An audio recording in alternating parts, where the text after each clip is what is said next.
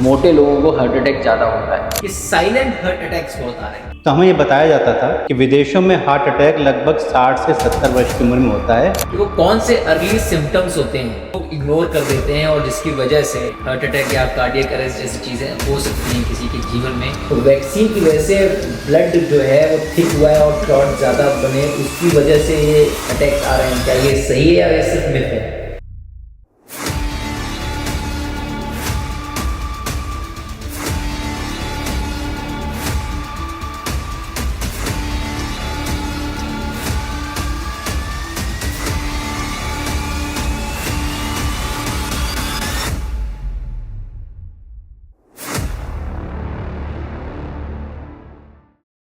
नमस्कार दोस्तों, मैं हूं अनुज गुप्ता और आपका स्वागत है लाइव विद अनुज में। एक और पॉडकास्ट के साथ आपके साथ हाजिर हुआ मैं। आज हम बात करेंगे बॉडी एनाटॉमी की, और बॉडी एनाटॉमी में भी सबसे खास, वैसे तो हमारे शरीर में सारे ही हिस्से खास होते हैं, चाहे वो बॉडी के बाहर हो या बॉडी के अंदर, लेकिन आज जिस हिस्से के बारे में हम बात करने जा रहे हैं या उसके बारे में समझने जा रहे हैं वो बेहद इंपॉर्टेंट है। अब मैं बात कर रहा हूँ पैंडेमिक यानी कोरोना पैंडेमिक के बाद इस पे बहुत ज़्यादा इश्यूज आए हैं, लोगों के बीच में बहुत ज़्यादा दिलचस्पी आई है कि कैसे हम इसकी हेल्थ को और अच्छा रख सकते हैं। जी हाँ, मैं बात कर रहा हूँ बॉडी के सबसे मेन पार्ट दिल की। आज हम दिल के बारे में जानेंगे, दिल की हेल्थ के बारे में जानेंगे, और हमारे साथ बेहद ही खास मेहमान डॉक्टर आलोक अग्रवाल जी जुड़ रहे हैं। उनसे हम पूछेंगे, हमारे व्यूअर्स के जो सवाल हैं उनसे पूछेंगे कैसे हम अपने दिल की अच्छे से देखभाल कर सकते हैं, कैसे हम अपने दिल को स्वस्थ रख सकते हैं, और क्या किन बातों को ध्यान में रखना चाहिए अगर किसी भी पेशेंट या किसी भी इंसान को हार्ट अटैक या उसके सिम्टम्स आए तो। आलोक जी, बहुत बहुत स्वागत है आपका हमारे चैनल लाइव विद अनुज में। कैसे हैं सर आप? नमस्कार, आपका भी बहुत बहुत स्वागत है। और आपकी इस चैनल या पॉडकास्ट के माध्यम से जो हजारों हजार लोग, पेशेंट्स या स्वस्थ व्यक्ति इसके संपर्क में आएंगे, उन सब के लिए मैं बहुत बहुत शुभकामनाओं के साथ में जी आपसे बात करता हूँ। तो आलोक जी, सवालों का सिलसिला आपसे शुरू करें?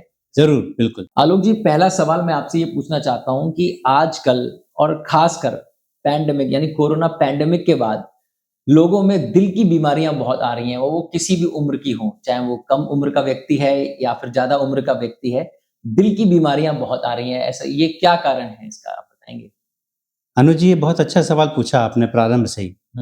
अगर मैं आपको याद दिलाऊं कि 45 वर्ष पहले जी, जब हम मेडिकल साइंस पढ़ रहे थे और मेडिकल स्टूडेंट थे, इनफैक्ट डॉक्टर ही थे और वार्ड्स में काम करते थे, तो हमें ये बताया जाता था कि विदेशों में हार्ट अटैक लगभग 60 से 70 वर्ष की उम्र में होता है, और भारतवर्ष में भी लगभग 60 से 70 वर्ष की उम्र में ही होता है। जी, समय बदलता गया और आज 45 वर्ष के बाद आज हम देख रहे हैं कि इस समय युवाओं को भी हार्ट अटैक हो रहा है।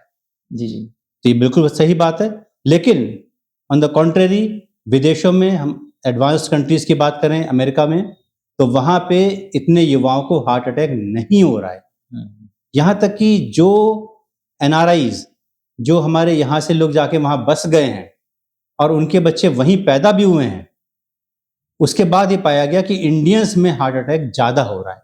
जबकि वो वहीं का खाना खाते हैं, वहीं की रहन सहन और वहीं की शैली को अपनाया उन्होंने, वहीं पैदा हुए, और तब भी उनके अंदर हार्ट अटैक 40 वर्ष की उम्र में, 30 वर्ष की उम्र में हो रहा है। तब ये साइंटिस्ट ने इस बात का अध्ययन किया कि ऐसा क्यों हो रहा है।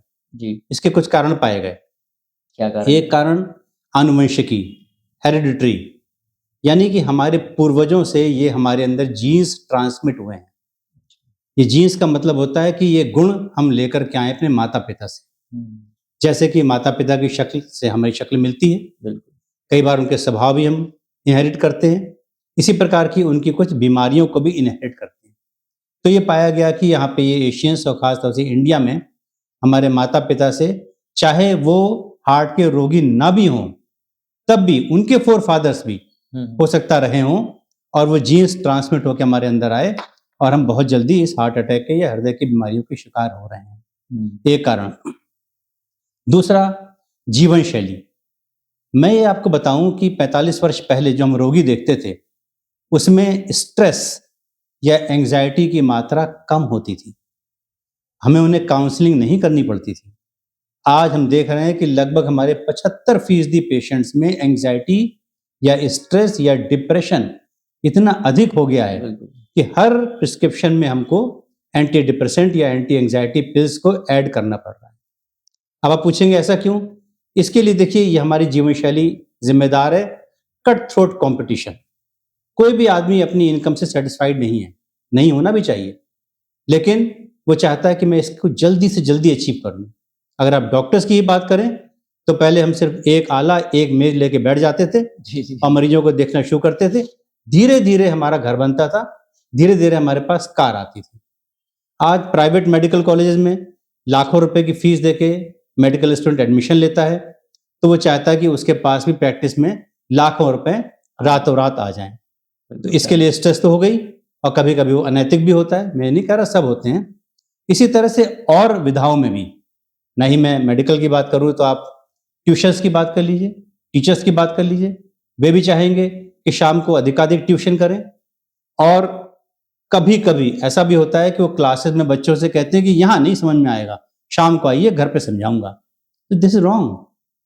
वे अगर वास्तव में ट्यूशन की आवश्यकता है तब उसको समझाएं, और नहीं है तो कहें नहीं बेटा तुमको आवश्यकता नहीं है।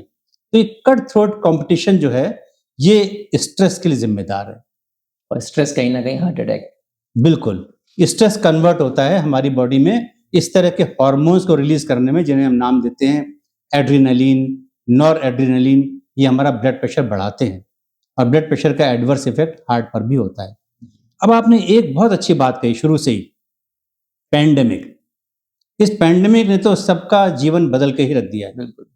इस पैंडेमिक में हमने देखा कि आज भी हम देख रहे हैं कि हमारे बच्चे जो डॉक्टर्स हैं, उनके कलीग्स 28 साल के, 30 साल के, 32 साल के, उनको हार्ट अटैक हुआ। Silent heart attack. और ऐसा क्यों? अध्ययन किया गया कि उनके अंदर खून के थक्के जमने लगे हैं, खून की धमनियों में खून के थक्के जमने लगे हैं। उनके माता पिता में कोई हिस्ट्री नहीं थी हार्ट डिजीज की, एक्टिव थे, मोटे नहीं थे, सुबह रन करते थे, खूब पेशेंट देखते थे, सर्जरी करते थे, और उसके बाद भी उनको हार्ट अटैक हुआ। तो पैंडेमिक में हमारे खून के अंदर बदलाव आया है, हमारी रक्त कोशिकाओं में, हमारे खून की धमनियों में बदलाव आया है, और अभी शायद हम अध्ययन ही कर रहे हैं कि कई और नई बातें सामने आएंगी। इसके लिए हम लोगों को जीवन पर्यंत दवा उस 28 साल के व्यक्ति को भी देनी पड़ रही है, जिसको शायद पूरे जीवन भर खानी पड़े।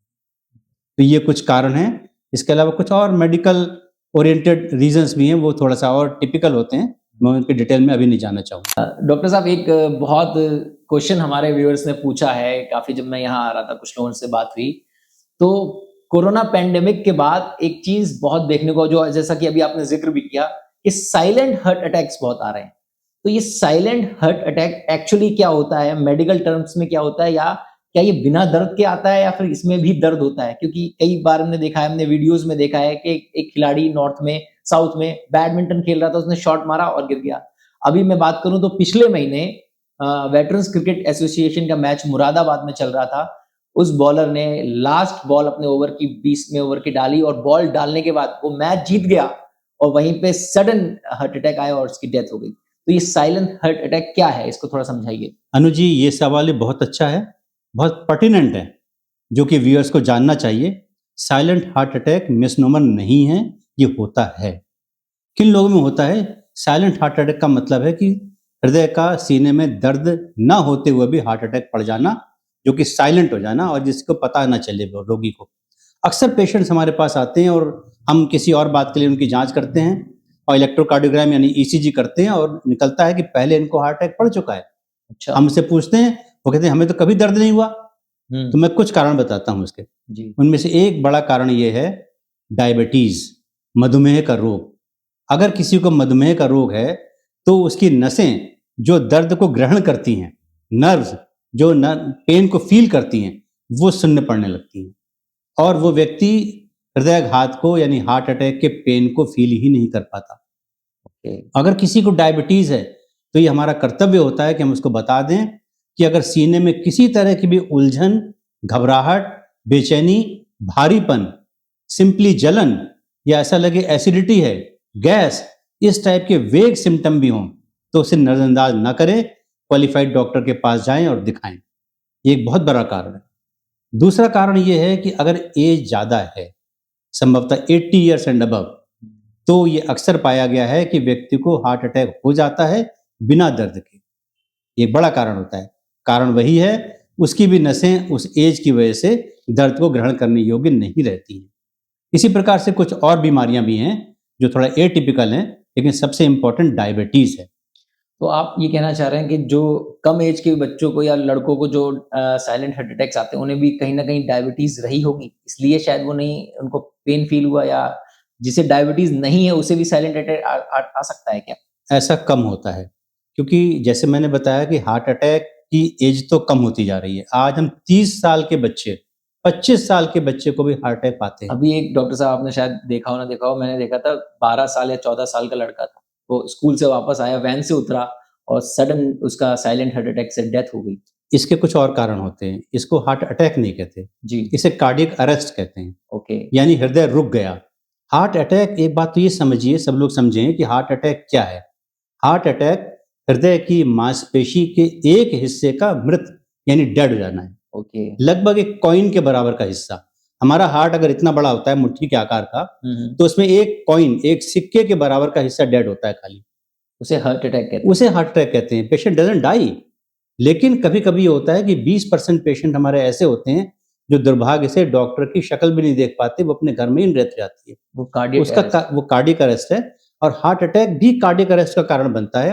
वो कब होता है कि ये जो सिक्के के बराबर हृदय की मांसपेशी डेड हो गई, वो ऐसी इंपॉर्टेंट जगह पे हो गई जहां पे हृदय की धड़कन संचालित होती है, जहां की हार्ट बीट को चलाने वाले अवयव होते हैं, उन्हें हम कहते हैं, नाम होते हैं उनके, SA नोड, इस तरह के मेडिकल नाम होते हैं। अगर उस जगह पे हार्ट अटैक हो जाएगा तो पेशेंट बिना मौका दिए अपनी हृदय गति गंवा देगा और उसकी डेथ हो जाएगी। ये डॉक्टर साहब ने बहुत अच्छी जानकारी दी, ये इसका मुझे भी बिल्कुल नॉलेज नहीं थी कि हार्ट कार्डियक अरेस्ट और हार्ट अटैक में बहुत बड़ा डिफरेंस है। लोग अक्सर दोनों को एक ही बोलते हैं, मेडिकल टर्म्स में तो आप लोग जानते होंगे, जनरली हम लोग कार्डियक अरेस्ट और हार्ट अटैक को एक ही तरह से देखते हैं। कभी नहीं।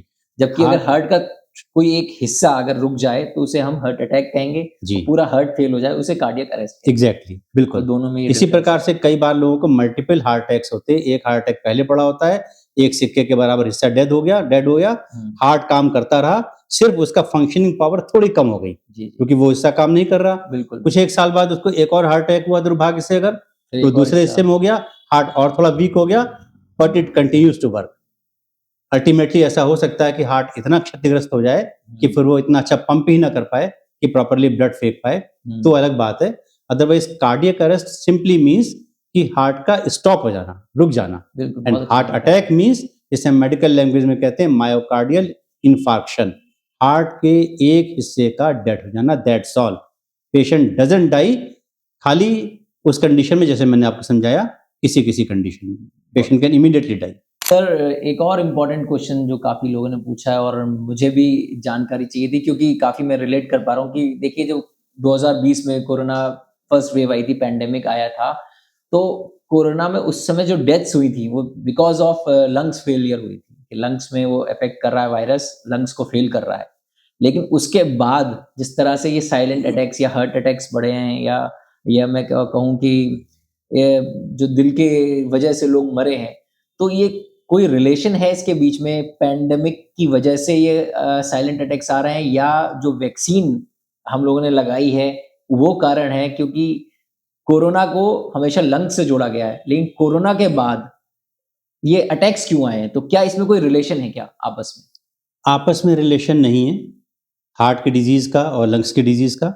जो लंग्स की डिजीज हुई है कोविड पीरियड में, वो निमोनिया हुआ है। जी जी। और सीवियर निमोनिया हुआ है, जिसकी वजह से पेशेंट्स की जान नहीं बच पाई। और उस समय डॉक्टर्स भी अनजान थे। वो निमोनिया में स्टेरॉइड्स को यूज नहीं करते हम लोग, क्योंकि ऐसा माना जाता है कि इन्फेक्शन और बढ़ जाएगा। बाद में पता चला कि ये बैक्टीरिया की वजह से ना होकर के वायरस की वजह से, और इसमें स्टेरॉइड काम करेंगे। 1 साल के बाद जो और वेव्स आई, वहां पे हम लोगों ने लाखों लोगों की जीवन रक्षा की है उस स्टेरॉइड्स को यूज करके। अब हृदय की बात आती है, तो देखिए, जब लंग्स अफेक्टेड होते हैं, चाहे वो निमोनिया से, अगर वो सीवियर निमोनिया हुआ, पेशेंट को एडमिट करना पड़ा, कुछ दिनों में उसकी डेथ अगर हो भी गई, तो उसको समय मिलता है। लेकिन हृदय वाली बात जो है उस समय क्लियर नहीं थी। ये 2 साल बाद जाकर के पता चला। और ना ही उस समय जो डेथ्स हुई हैं वो हृदय के आघात की वजह से हुई। किसी में जिनको डायबिटीज थी, जिनको लंग्स की डिजीज ऑलरेडी मौजूद थी, जिन्हें सांस का रोग था, या काफ़ी समय से वो सिगरेट स्मोकिंग या बीड़ी स्मोकिंग और टोबैको च्यूअर थे, उन सब में उनकी बॉडी का रेजिस्टेंस कम होता है और उनमें हृदय की प्रॉब्लम्स बढ़ जाती हैं।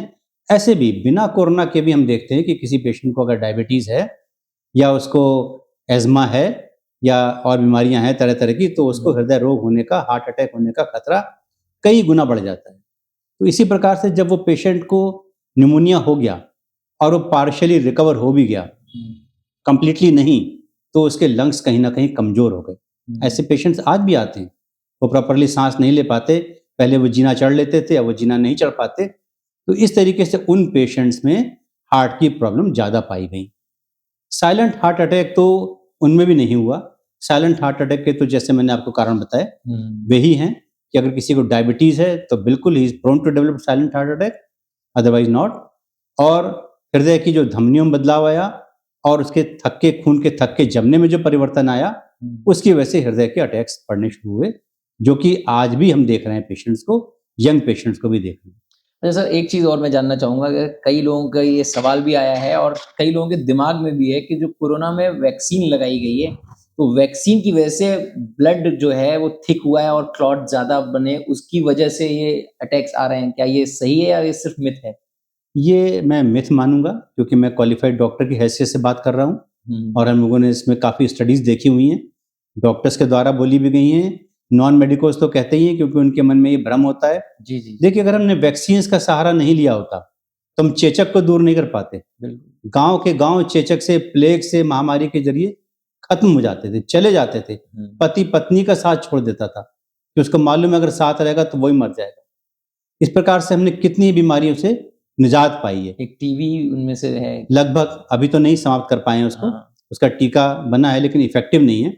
इसी प्रकार से बहुत सारे हैं, मीजल्स है, बहुत सारी चीजों के कमी हो गई है। पोलियो कितनी बड़ी चीज है, देखिए पोलियो 4 साल से हमारे देश में नहीं हुआ, पूरे विश्व में नहीं हुआ, और हम ये डिक्लेयर करने वाले हैं कि पोलियो से हम फ्री हो गए हैं। इसी प्रकार से इस कोरोना से भी जो हम लड़े हैं वो इस वैक्सीन की मदद से लड़े हैं। पूरे देश में जब इस बात को अनिवार्य किया गया कि आप कोरोना वैक्सीन का सर्टिफिकेट दिखाएंगे तो आप फ्लाइट में जा पाएंगे, तो गलत नहीं किया गया। तो ये मिथ है कि वैक्सीन की वजह से हम इन्फेक्टेड हुए। हम वायरस का प्रवेश शरीर में कराते हैं, इसका ये अर्थ नहीं कि उससे बीमारी से ग्रस्त होते हैं। हम पोलियो के भी तो वायरस अंदर पहुंचाते हैं, एंटीबॉडीज बनते हैं शरीर के अंदर। बिल्कुल, आपको तो नॉलेज है। वो एंटीबॉडीज जब बनती हैं तभी हमारी रक्षा करती हैं। इसी प्रकार से कोविड बीमारी से, कोरोना भी वायरस से रक्षा हमारी इन वैक्सीन तो कह सकते हैं ये पूर्ण रूप से भ्रम है जो लोगों के बीच में कुछ लोग फैला रहे हैं। निश्चित रूप से जो लोग पूर्वाग्रह से ग्रस्त होते हैं वो इस तरह के वीडियो बना के भेजते हैं, और आपको पता है सोशल मीडिया की ताकत कितनी होती है। बिल्कुल। तो उनका बनाया हुआ एक वीडियो भी लाखों रुपयों तक पहुंच जाता है। डॉक्टर साहब, आपको जैसा कि आपसे बात हुई और आपने बताया कि आपको 41 साल यानी 41 ईयर्स का एक्सपीरियंस है, तो इस एक्सपीरियंस से हम ये भी जानना चाहेंगे और हमारे सारे व्यूअर्स भी जानना चाहेंगे कि वो कौन से अर्ली सिम्टम्स होते हैं जो अक्सर लोग इग्नोर कर देते हैं और जिसकी वजह से हार्ट अटैक या कार्डियक अरेस्ट जैसी चीजें हो सकती हैं किसी के जीवन में, तो उनको थोड़ा एक्सप्लेन करेंगे तो बढ़िया रहेगा। मैं कहूँगा अनुज जी, संभवतः ये सबसे इम्पोर्टेंट क्वेश्चन है जी, क्योंकि अगर हमने सारी बात कर ली और व्यूअर्स को न पता चले कि कब उनको अप्रोच करना चाहिए डॉक्टर्स को, तो सब बेकार है। बिल्कुल ठीक है।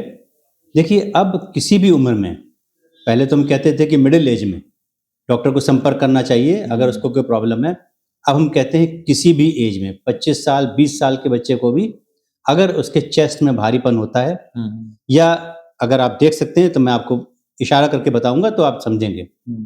अगर सीने में दर्द किसी भी तरह का हो, सामने या बाईं तरफ या कंधों में, दोनों कंधों में, या बाएं कंधे में, या बाएं हाथ में, या पूरे हाथ में, हाथ फटा पड़ रहा है, या कभी कभी दोनों हाथों में, ऐसा कम होगा कि सिर्फ दाहिने हाथ में हो, बाईं तरफ ज्यादा होता है क्योंकि बाईं तरफ हृदय स्थित होता है। पेट में, पेट के ऊपरी हिस्से में, बैक में, कंधे में, जॉ में, जबड़े में, इन सब जगह भी अगर कहीं दर्द आता है तो आप समझिए कि हृदय का हो सकता है। तो डॉक्टर, ये तो बहुत कॉमन है, तो मुझे लगता है जनरली सबको होता रहता है इस तरह के दर्द। Type of pain varies. अगर आप कहते हैं कि डॉक्टर साहब मुझे पिन चुभने का सा दर्द हो रहा है, तो आप निश्चित मानिए कि वो हार्ट का नहीं होगा। ओके। अगर कोई कहते हैं कि मुझे पिन कोई पॉइंट किसी को वो है, एग्जैक्टली, या अगर वो कहता है कि देखिए डॉक्टर साहब ये देखिए दर्द हो रहा है, और आपने उसके ऊपर हाथ रख के दबाया, तो ये समझिए कि मस्कुलर पेन है, क्योंकि आपने उसकी मसल को प्रेस किया। हार्ट का पेन जिसे हम एंजाइना कहते हैं, एंजाइना पेक्टोरिस उसका पूरा नाम है, वो कभी दबाने से नहीं बढ़ता, कभी ऊपर एकदम सरफेस पे नहीं मालूम पड़ता, इट इज डीप इनसाइड। अगर आप उससे पूछेंगे तो कहेगा अंदर होता है। कभी कभी patient is not able to express even, वो कहता है मैं क्या बताऊं आपको डॉक्टर साहब, क्या कैसा महसूस कर रहा हूं, इस तरीके से अपनी मुट्ठी भींचता है। कभी लगता है उसको कोई पत्थर सा रखा हुआ है पूरे सीने पे, कंप्रेसिव से कहते हैं, या ऑप्रेसिव, कि पूरा सीना किसी ने दबा दिया हो। जनरली किसी के हाथ में अगर दर्द है, जैसे आप बता लेफ्ट हैंड पे, तो वो दर्द नहीं, वो उसको कैसे डिफरेंशिएट करेगा? जैसे अगर मेरे पूरे लेफ्ट शोल्डर से लेकर पूरे हाथ में दर्द है, अगर सिर्फ शोल्डर में और हाथ में दर्द है तो इसका ज्यादा बड़ा कारण होगा गर्दन की स्पॉन्डिलाइटिस या हाथों की नस का दर्द। लेकिन अगर सीने के दर्द के साथ में ये है, ओके, उसके साथ में अगर हो रहा है, तो उसकी महत्ता एकदम बढ़ जाएगी और वो हृदय का हो जाएगा, क्योंकि ये गर्दन के दर्द जो स्पॉन्डिलाइटिस वगैरह के सीने में कम आते हैं। तो ऐसा कम होता है, वो दर्द की शुरुआत सीने से होकर बिल्कुल ठीक आपने कहा, सीने से लेके रेडिएशन। अगर मैं किसी भी व्यक्ति के सीने से दर्द, चाहे लेफ्ट शोल्डर में जा रहा है, राइट आर्म में जा रहा है, या बैक में जा रहा है, या इधर पीछे जा रहा है, तो वो हर्ट का एक बहुत बड़ी संभावना है, बहुत बड़ी संभावना है। तो ऐसे किसी भी लक्षण को इग्नोर नहीं करना है। अगर ऐसा होता है और डॉक्टर के पास पहुंचने में समय है, तो आपको चलना नहीं है ज़्यादा। ओके, आपको वॉक नहीं करना है, बैठ जाना है, आराम करना है, क्योंकि चलने से हृदय को अधिक ऊर्जा की आवश्यकता होती है और फिर वो ज़्यादा पंप करता है और हृदय की प्रॉब्लम बढ़ती हैं। और ये भी माना जाता है कि कुछ एक गोली ऐसे लोग रख सकते हैं अपने पास, जिसे एस्प्रिन कहते हैं, डिस्प्रिन कहते हैं, तो पानी में घोल के तुरंत ले सकते हैं। इसी तरीके से हम लोगों ने ले सकते हैं, लेनी चाहिए, उससे कोई नुकसान नहीं है। कभी कभी हम लोगों ने इसे वंडर किट का नाम दिया हुआ है, जिसमें एक एस्प्रिन होती है और एक कोलेस्ट्रॉल कम करने की दवा होती है, तो वो हम तुरंत ले सकते हैं, इससे कोई नुकसान नहीं है, फिर डॉक्टर के पास जा सकते हैं। अच्छा सर, एक चीज मैं और जानना चाहूँगा, बहुत ही अच्छी जानकारी दी आपने, कि अगर हमें अपने हार्ट का एक तरह से वो मैनेजमेंट देखना, और हमें कोई ऐसा टेस्ट होता है जो हमें एक पर्टिकुलर टाइम पीरियड पे करा लेना चाहिए, ताकि हमें हार्ट की अपनी हेल्थ पता लगती रहे? बिल्कुल, prevention is always better than cure. अगर हम कोई सक्षम व्यक्ति है, तो ऐसा कौन सा टेस्ट है जो वो कराता रहे एक पर्टिकुलर टाइम पे? सभी सक्षम होंगे मैं तो कहूँगा, क्योंकि अब ये जांचें इतनी सस्ती हैं कि हृदय की प्रॉब्लम को देखते हुए उनकी कीमत कोई मायने नहीं रखती। जैसे कि मैं आपको ये बताऊं कि अगर व्यक्ति 40 साल या 30 साल से भी अधिक का है, तो उसे साल भर में एक बार ब्लड शुगर चेक करानी चाहिए, जो कि बताएगी कि वो डायबिटीज में है कि नहीं। जी। अगर डायबिटीज है तो आपको पता ही है, साइलेंट हार्ट अटैक भी हो सकता है। बिल्कुल। दूसरा, कोलेस्ट्रॉल, इसका मेडिकल नेम होता है लिपिड प्रोफाइल। प्रोफाइल का मतलब उसके अंदर कई कंपोनेंट होते हैं, जिसमें कोलेस्ट्रॉल, ट्राइग्लिसराइड, लाइपोप्रोटीन्स, ये चेक होते हैं, ये डॉक्टर देख के बताते हैं। किसी किसी यंग पेशेंट में भी कई गुना बढ़ा होता है, और अगर वो कई गुना बढ़ा हुआ है तो आप मानिए कि उसको हृदय रोग होने की संभावना और व्यक्ति से जिसका कि नॉर्मल है कोलेस्ट्रॉल, उसे कई गुना ज्यादा है। और ऐसे व्यक्तियों को इस तरह के साइलेंट अटैक की संभावना भी कहीं अधिक रहती है। ठीक है, ये दो चीजें जरूरी हैं। इसके अलावा अगर वो अफोर्ड कर सके, जो कि कॉस्टली नहीं है, मेडिकल कॉलेज वगैरह में तो ईसीजी 50 रुपए में होता है, प्राइवेट डॉक्टर्स के यहाँ अधिकतम 500 में हो जाएगा, तो वो भी साल 2 साल में एक बार करा ले, वो भी अगर लक्षण नहीं है तो भी। और एक टेस्ट का और मैं नाम लूंगा, चाहे वो 3-4 साल में एक बार करा ले, उसे कहते हैं इकोकार्डियोग्राम, शॉर्ट में इसको इको कहते हैं। ये दिल का अल्ट्रासाउंड है। आपने देखा होगा आजकल अल्ट्रासाउंड कितना पॉपुलर है। जी। पेट की हर प्रॉब्लम के लिए पेशेंट अपने आप ही अल्ट्रासाउंड कराता है, चाहे उसे गैस हो तब भी वो कहता है मेरा अल्ट्रासाउंड कर दीजिए। दिल की नहीं कराना चाहता, दिल की नहीं कराता। ये दिल का अल्ट्रासाउंड है, जो कि दिल की पूरी धड़कन को दिखाता है। दिल को धड़कता हुआ सामने पिक्चर देखते हैं, आप सोचिए कितनी अच्छी बात है। इकोकार्डियोग्राम खून का दौरान दिखाई देता है। हृदय के अंदर 4 वॉल्व होते हैं। वॉल्व एक किवाड़ होते हैं, जहां से हृदय के अंदर खून एक दिशा से दूसरी दिशा में जाता है, वो खुलते बंद होते दिखते हैं। हृदय की मांसपेशियों की मोटाई नाप सकते हैं, उनकी काम करने की क्षमता नाप सकते हैं, हृदय की कितनी सारी चीजें ऐसी नाप सकते हैं। तो वंडरफुल ड्रग, वंडरफुल इन्वेस्टिगेशन।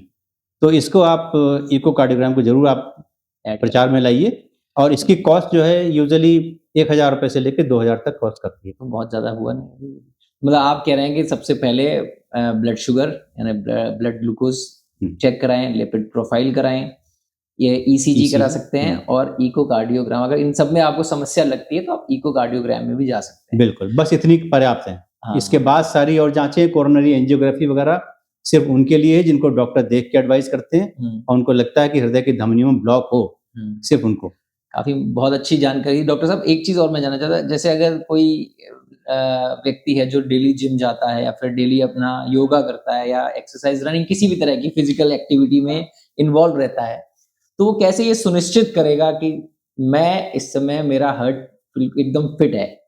क्या कोई ऐसा कोई पैरामीटर है जिससे वो ये समझ सकता है कि जैसे पहले कोरोना में एक आया था कि आप 30 सेकंड तक आप सांस रोकिए या 1 मिनट तक सांस रोकिए तो आपके फेफड़े या लंग्स सही हैं। तो कोई ऐसा पैरामीटर जिससे आदमी अपने एक संतुष्टि हो सके कि मेरा हार्ट भाई ठीक है, अभी मुझे कोई दिक्कत नहीं है? बिल्कुल, देखिए, अगर प्राणायाम करते हैं या एक्सरसाइज करते हैं तो ये सबसे अच्छी बात है। वो व्यक्ति जो एक्सरसाइज करता है उससे कहीं अच्छा है, या उसका हृदय उससे कहीं अच्छा है जो एक्सरसाइज नहीं करता है। बिल्कुल। अगर आप 50 वर्ष के ऊपर के हैं तो आपको दौड़ना अनिवार्य नहीं है, क्योंकि दौड़ने से अनावश्यक रूप से घुटनों पर जोर पड़ेगा और उसकी बीमारियां आएंगी। ब्रिस्क वॉकिंग एक टर्म होता है, तेज तेज कदमों से चलना। वो अपने घर में आप छत पे भी कर सकते हैं, आंगन में भी कर सकते हैं, बरामदे में कर सकते हैं, खुली जगह में करें तो बहुत अच्छा है। उसका भी क्राइटेरिया है, वो आप लगभग 5 किलोमीटर पर आवर की स्पीड से चलिए, 1 घंटे में 5 किलोमीटर। अब किसी के पास 5 किलोमीटर चलने की जगह नहीं है या 1 घंटा चलने की जगह नहीं है, तो वो आधे घंटे में 2.5 किलोमीटर चले, यानी 2.5 किलोमीटर चलने के लिए आधा घंटा, यानी 15 मिनट चले। अब 15 मिनट फिर लौट करके आ जाए, इतने में 2.5 मिनट कर ले, पूरे 2.5 किलोमीटर कर ले। आज आपके पास आजकल स्मार्ट वॉचेस भी हैं सबके पास, और नहीं तो वैसे भी आप डिस्टेंस नाप सकते हैं कि यहाँ से लेके स्टेशन कितनी दूर है, इस तरीके से। जी, आपने अभी स्मार्ट वॉच का जिक्र किया तो सर इससे रिलेटेड भी एक क्वेश्चन मेरे पास आया था। तो सर ये क्या स्मार्ट वॉचेस रिलाय करने वाली हैं क्या? वो जो हार्ट रेट बताती हैं या और ऑक्सीजन लेवल, अब आजकल तो डिजिटल वॉच जो है सारी चीजें आपके पैरामीटर दिखाती हैं, हार्ट रेट भी बता देंगे, ऑक्सीजन लेवल भी बता, तो क्या इन पे रिलाई किया जा सकता है? क्या ये इफेक्टिव है? Up to certain extent. Apple की वॉच जैसे मैं भी यूज करता हूँ तो उसमें ईसीजी आता है, लेकिन साथ में ये स्पष्ट होता है कि वो ईसीजी सिर्फ हृदय की आपकी गति दिखा रहा है और हृदय का एक कॉम्प्लेक्स दिखा रहा है कि हृदय आपका नियमित रूप से चल रहा है कि नहीं चल रहा है, एक लय में चल रहा है कि नहीं चल रहा है, यानी हृदय की रिदम नॉर्मल है कि नहीं है। इससे अधिक नहीं दिखाता वो। मतलब आप बहुत ज्यादा रिलाय नहीं कर सकते बिल्कुल।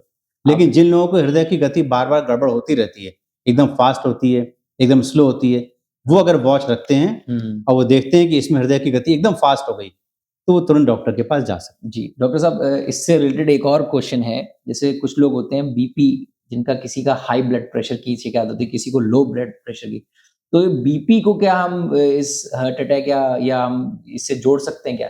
जिसका हाई बीपी होगा या low BP, high BP prone to heart attack रहता है या low BP prone to heart attack रहता है? हाई या कोई संबंध है इसमें? आपने जो जांचें बताई थी, मुझे बीपी भी नाम लेना चाहिए था। हाँ। लेकिन वो जांचों में नहीं आता, वो ऐसे ही अपना किया सकता है, टेस्ट किया सकता है। लेकिन ब्लड प्रेशर की रिकॉर्डिंग किसी भी व्यक्ति के लिए बहुत ही महत्वपूर्ण है, और सब चीजें खून की जांच कराने से भी कहीं अधिक महत्वपूर्ण है। जी। क्योंकि अभी हम देख रहे हैं कि 17 साल के बच्चे को भी ब्लड प्रेशर हाई रहने लगा। जी, बहुत। The reason is again stress या फैमिली ट्रेडिशन, हेरिडिटरी उसकी चली आ रही है। अगर ब्लड प्रेशर उसका हाई है, जो कि नॉर्मल हम लोग कहते हैं कि 120/80 या 130/90, दो रीडिंग्स होती हैं, एक ऊपर वाली एक नीचे वाली। तो अगर इतना तक है तो ठीक है। लेकिन किसी किसी का ब्लड प्रेशर 180/100 या 200 भी हो जाता है, तो ये बहुत खतरनाक स्थिति है, और ऐसे ही पेशेंट हृदय आघात के लिए बिल्कुल प्रोन है। Low blood pressure as such कोई प्रॉब्लम क्रिएट नहीं करता है, हाई ब्लड प्रेशर करता है। अगर जैसे मैंने कहा कि 120/80 होना चाहिए, किसी का ऊपर का ब्लड प्रेशर 100 भी है और बिल्कुल ठीक है, ठीक चल रहा है, ठीक जीना चढ़ रहा है, सब कार्य कर रहा है अपना, तो वो 100 millimetre of mercury blood pressure उसके लिए सामान्य है। सबके लिए सामान्य नहीं है, उसके लिए सामान्य है। अगर वो कहता है कि हाँ मुझे कमजोरी लग रही है, चक्कर सा आ रहा है, देन इट इज सिग्निफिकेंट, तब हम उसको कॉज ढूंढेंगे कि क्यों ब्लड प्रेशर कम है। लेकिन अगर ब्लड प्रेशर 140/90 से बढ़ के 160 भी हो रहा है, तो वो एक वार्निंग साइन है कि ये गलत हो रहा है और कहीं ना कहीं शरीर के अंदर नुकसान कर रहा है। हृदय को तो स्पेशली नुकसान करेगा, ब्रेन अटैक भी कर सकता है। ब्रेन हेमरेज वगैरह भी। Heart attack and brain attacks are two maximum possibilities which any patient can occur. Sir एक और बहुत ही अहम सवाल है, और लोग अक्सर इसके बारे में बात करते हैं कि हमारी दिनचर्या में डाइट कैसी होनी चाहिए। तो जैसे हम दिल की बात कर रहे हैं, तो दिल को स्वस्थ रखने के लिए आप क्या सजेस्ट करेंगे कि एक इंसान की एक एक व्यक्ति की डाइट में क्या चेंजेस होने चाहिए या ये क्या रहना चाहिए जिससे हमारा हृदय स्वस्थ रहे? ये भी एक बहुत इंपॉर्टेंट क्वेश्चन है। क्यों? क्योंकि डाइट हमारे जीवन का अभिन्न अंग है। बिल्कुल। बिना भोजन के हम जीवित नहीं रह सकते। ये माना जाता है कि घी या मक्खन या मलाई या नारियल, जो चीजें जाड़ों में जम जाती हैं, देखिए मलाई भी जमेगी, मक्खन भी जमेगा और घी भी जमेगा, ये चीजें का सेवन नहीं करना है। ओके। क्योंकि ये शरीर के अंदर जाके भी धमनियों के अंदर जमेंगी। देसी घी भी इसमें आता है? जी बिल्कुल आता है। सारे देसी घी, सारे डालडा, जितने भी घी हैं, सब इसमें आते हैं। और अंदर जाकर जब जमेंगी तो ये कोलेस्ट्रॉल को बढ़ाएंगी और रक्त वाहिनी को संकुचित करेंगी। जो तेल है, जैसे रिफाइंड ऑयल है या ओलिव ऑयल है या सरसों का तेल, कड़वा तेल जैसे कहते हैं, ये आप ध्यान दीजिए, ये जाड़ों में कितने भी जाड़े हो जाए जमेंगे नहीं, कोई तेल जमेगा नहीं। यही बेनिफिशियल, इन्हीं को लेना चाहिए। रिफाइंड ऑयल के लिए तो कहते हैं सबसे ज्यादा हानिकारक रिफाइंड ऑयल है। नहीं, ऑयल अगर सामने निकाला हुआ हो या आपके नॉलेज में हो कि जो कड़वा तेल, सरसों का तेल बिना मिलावटी का मिल जाए तो काफी अच्छा है। सरसों का तो बेस्ट। और रिफाइंड ऑयल भी अच्छे हैं, बदल बदल के लेने चाहिए। ये कहा जाता है कि सभी रिफाइंड ऑयल्स की कंपोनेंट्स एक से नहीं होते, थोड़ा थोड़ा चेंज होता है। पॉली अनसैचुरेटेड फैटी एसिड्स, इस तरीके के नाम है, ऑयल बहुत मिला होता है, वो नुकसान करता है, वो नुकसान करता है। तो अगर आप एक ही ऑयल लेते चले जाएंगे तो किसी किसी चीज की डेफिशिएंसी, मतलब अगर एक्चुअल रिफाइंड ऑयल है तो सही, अगर वो एडल्ट्रेशन उसमें है तो वो गलत। बिल्कुल बिल्कुल बिल्कुल। मतलब नहीं तो आपको कुकिंग मीडियम तो कुछ तो चाहिए। हाँ बिल्कुल। देखिए, ये कहा गया कि सबसे अच्छा ओलिव ऑयल होता है, जैतून का तेल, लेकिन आपको पता है कितना महंगा होता है। जी जी। अगर वो असली, सरसों का तेल अफोर्डेबल भी है और कंपैरेटिवली अच्छा भी। बिल्कुल, लेकिन अब सब लोगों को उसकी महक अच्छी नहीं लगती, लेकिन स्वास्थ्य के लिए आवश्यक है तो आवश्यक है। एक सर, बहुत ज्यादा लोग चर्चा करते हैं कि मोटे लोगों को हार्ट अटैक ज्यादा होता है क्योंकि उनमें फैट ज्यादा होता है, उनकी वेन्स जो हैं सिकुड़ी रहती हैं। तो क्या सर ये सच्चाई है, ये सिर्फ मिथ है कि मोटे लोगों को हार्ट अटैक प्रोन होते हैं और ये पतले लोग जो होते हैं वो हार्ट अटैक से दूर रहते हैं? सच्चाई है, मोटे लोग यानी कि ओबीस पर्सन्स, वो प्रोन होते हैं ज्यादा हार्ट अटैक के लिए। ओबेसिटी अपने आप में ही एक बड़ी भारी बीमारी है, जी, जो कि हमारे छोटे बच्चों तक में देखने को मिल रही है। कारण मोबाइल फोन, वो गेम्स के लिए बाहर नहीं जाते, फिजिकल एक्टिविटी बिल्कुल जीरो, सारे फ्रेंड्स उनके सोशल मीडिया पे हैं, फुटबॉल, हॉकी, सब चीजें खत्म होती जा रही हैं। जी। तो अगर बॉडी के अंदर फैट का कंटेंट बढ़ेगा तो कोलेस्ट्रॉल भी बढ़ेगा, और कोलेस्ट्रॉल बढ़ेगा तो हमारी जो आर्टरीज हैं वो संकुचित होंगी, हार्ट अटैक की पॉसिबिलिटी कहीं ज्यादा होगी। नहीं सिर्फ हार्ट अटैक, बल्कि बहुत सारी बीमारियां ऐसी हैं जो कि ओबीस पर्सन्स में होती हैं ज्यादा। बट ऑन द कॉन्ट्रेरी, सिर्फ ये मानना कि ओबीस पर्सन्स में ही हार्ट अटैक होगा, ऐसा नहीं है। ये गलत है। पतले पतले लोग या जिम जाने वाले लोग भी, आपने जैसा बताया कि गिर पड़े और खत्म हो गए, तो उसका कारण हमारी आनुवंशिकी है, यानी हेरिडिटरी है।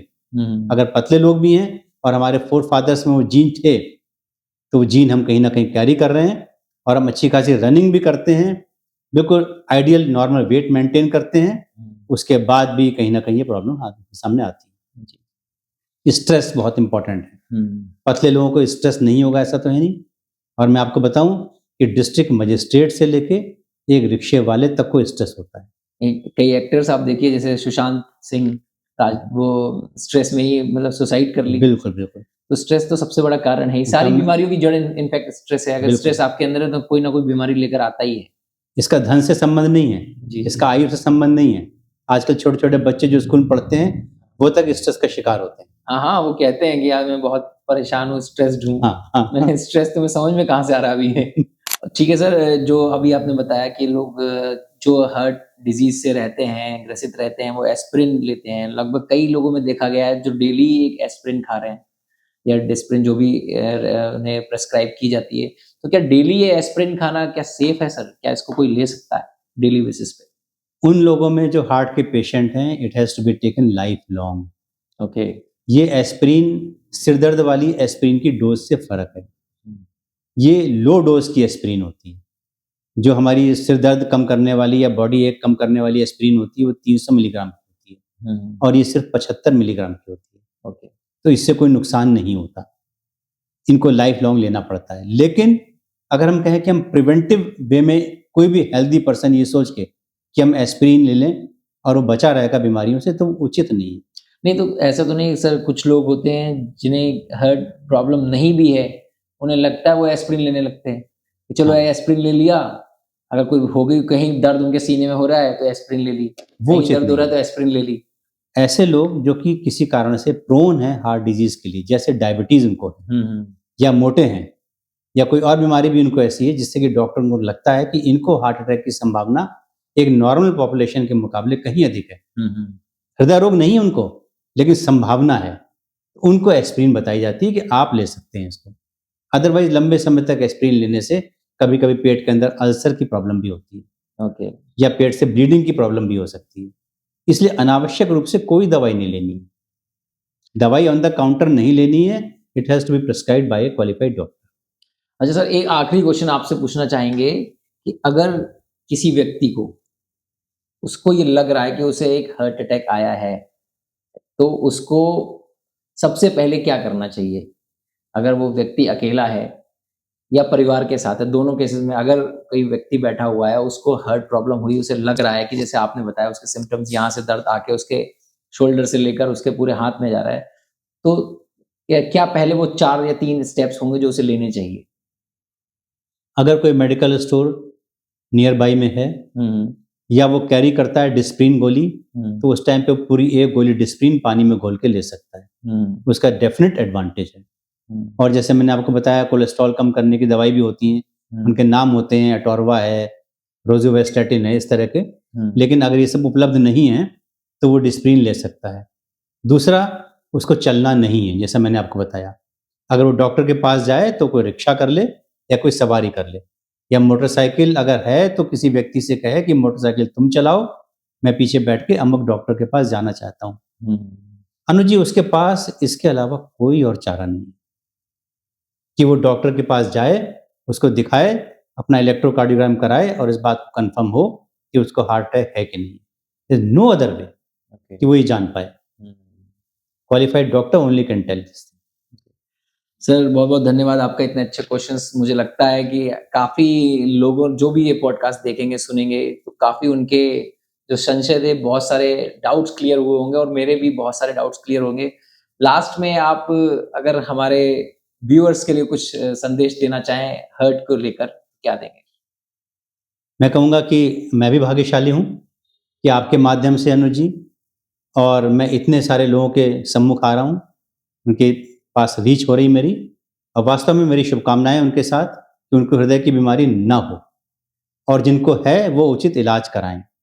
न होने के लिए जागरूकता आवश्यक है, और जैसे आपने क्वेश्चन पूछे हैं उसमें इनका आंसर मिला है। तो जागरूक रहने के लिए वो ये देखे कि अगर उसकी उम्र 25 साल से ऊपर है और उसको स्ट्रेस कहीं अधिक है, और उसकी फैमिली में भी डायबिटीज़ है, उसको नहीं है, फैमिली में भी डायबिटीज़ है, या उसके मदर फादर या उसके ग्रैंड पेरेंट्स में से किसी को भी अगर डायबिटीज़ भी है, या हार्ट अटैक की हिस्ट्री है, या हार्ट इलनेस की हिस्ट्री है, तो he is prone to develop heart diseases. तो उसे नियमित चेकअप कराना ही चाहिए, जिसमें कि अभी वार्ता हुई कि अपना ब्लड प्रेशर दिखाए, शुगर दिखाए, लिपिड प्रोफाइल चेक कराए, इलेक्ट्रोकार्डियोग्राम कराए, और अगर डॉक्टर कहते हैं तो इको कार्डियोग्राम भी करा ले। इसके अलावा खान पान पे आपसे चर्चा हुई। अब लोग कहते हैं कि भाई ठीक है, तेल का तो आपने बता दिया, बाकी दाल रोटी सब्जी जरूर खाएं, अगर संभव है तो घी कम लगाए रोटी में, अगर मोटा है तो, और अगर स्वस्थ है बिल्कुल तो थोड़ा घी लगा सकते हैं। हरी सब्जियां खूब अधिक मात्रा में खानी चाहिए। कौन सी हरी सब्जियां? कोई भी। एक बहुत बड़ा मिथ है, मुझे याद आया, लोग अक्सर चावल खाना छोड़ देते हैं। हाँ, ये बहुत लोग कहते हैं, जरा सी बात पे। और अगर हम उनको बताते हैं, जाता है, अगर हम उनसे कहते हैं चावल खा सकते हो, तो इतने ताज्जुब से देखता है मरीज की, चावल खा सकते हैं? आप सोचिए, साउथ में सारा सब चावल पे जिंदा है, बहुत हेल्दी रहते हैं। और मैं आपको बताऊं, चावल रोटी के मुकाबले अधिक सुपाच्य है, इजीली डाइजेस्टेबल है। जी जी। और चावल से कई सारे ऐसे अमीनो एसिड्स मिलते हैं जो रोटी से नहीं मिलते। मैं खुद रात में चावल खाता हूँ। एग्जैक्टली। आप रात में खाएं चाहे दिन में खाएं, चाहे कैसे भी खाएं, बहुत अच्छा है, जरूर खाएं, अनलेस कि आपको मना किया गया हो। और मेरे ख्याल से तो सिर्फ डायबिटीज ही ऐसी बीमारी है जिसमें चावल मना नहीं किया जाता, कम मात्रा में खाने को कहा जाता है, अदरवाइज चावल भी खाएं। तो ये आपकी उचित डाइट है। हरे सब्जियां हो गई, फ्रूट्स लेने चाहिए। और अगर डायबिटीज है तब नहीं, क्योंकि ज्यादातर फ्रूट्स मीठे होते हैं। एक अमरूद ही ऐसा है, गुआवा, जो उतना मीठा शायद नहीं होता, बाकी लगभग अब सारे फ्रूट्स बहुत मीठे होने लगे। अच्छा, तो डायबिटीज में फ्रूट्स को अवॉइड करना चाहिए? जी, किसी भी तरीके से जो टेस्ट आपको मीठा लगे वो आपको नहीं लेना। ड्राई फ्रूट्स की भी अगर हम बात करें तो किशमिश नहीं लेनी है। काजू का तेल भी ठीक नहीं होता है, वो भी जमता है, तो उसको अवॉइड किया जाता है। लेकिन अखरोट और बादाम, इनका तेल नहीं जमता। ये मैंने कहा था, तेल जो न जमे, तो इनको लेने के लिए एडवाइस किया जाता है। अगर आप 4-5 बादाम और 2 अखरोट भी रोज खा लेते हैं तो दैट इज गुड, अच्छा है वो। तो दोस्तों, देखा आपने कितने अच्छी तरह से डॉक्टर अग्रवाल जी ने हम सबको बताया कि अपने हार्ट को स्वस्थ रखने के लिए क्या करना चाहिए, अपने हार्ट की हेल्थ को मॉनिटर करने के लिए कौन कौन सी आपको जांचें करानी अनिवार्य हैं। और सबसे ज़रूरी चीज़, अगर आपको स्वस्थ रहना है तो डेली आपको कुछ ना कुछ एक्सरसाइज ज़रूर करनी है। लोग कहते हैं ना, करो योग रहो निरोग। तो आप अगर योग करना चाहते हैं, आप दौड़ना चाहते हैं, आप चलना चाहते हैं, आप एक्सरसाइज करना चाहते हैं, किसी भी फॉर्म में फिजिकल एक्टिविटी में इन्वॉल्व रहिए। आप स्वस्थ रहेंगे तो आपका हार्ट भी स्वस्थ रहेगा। और दोस्तों, ये पॉडकास्ट आपको अच्छा लगा हो, इन्फॉर्मेटिव लगा हो, तो इस वीडियो को लाइक करें, कमेंट करें, शेयर करें और मेरे चैनल को सब्सक्राइब करें। और मैं बहुत जल्द आपसे अगले पॉडकास्ट में मिलूंगा एक और गेस्ट के साथ। धन्यवाद।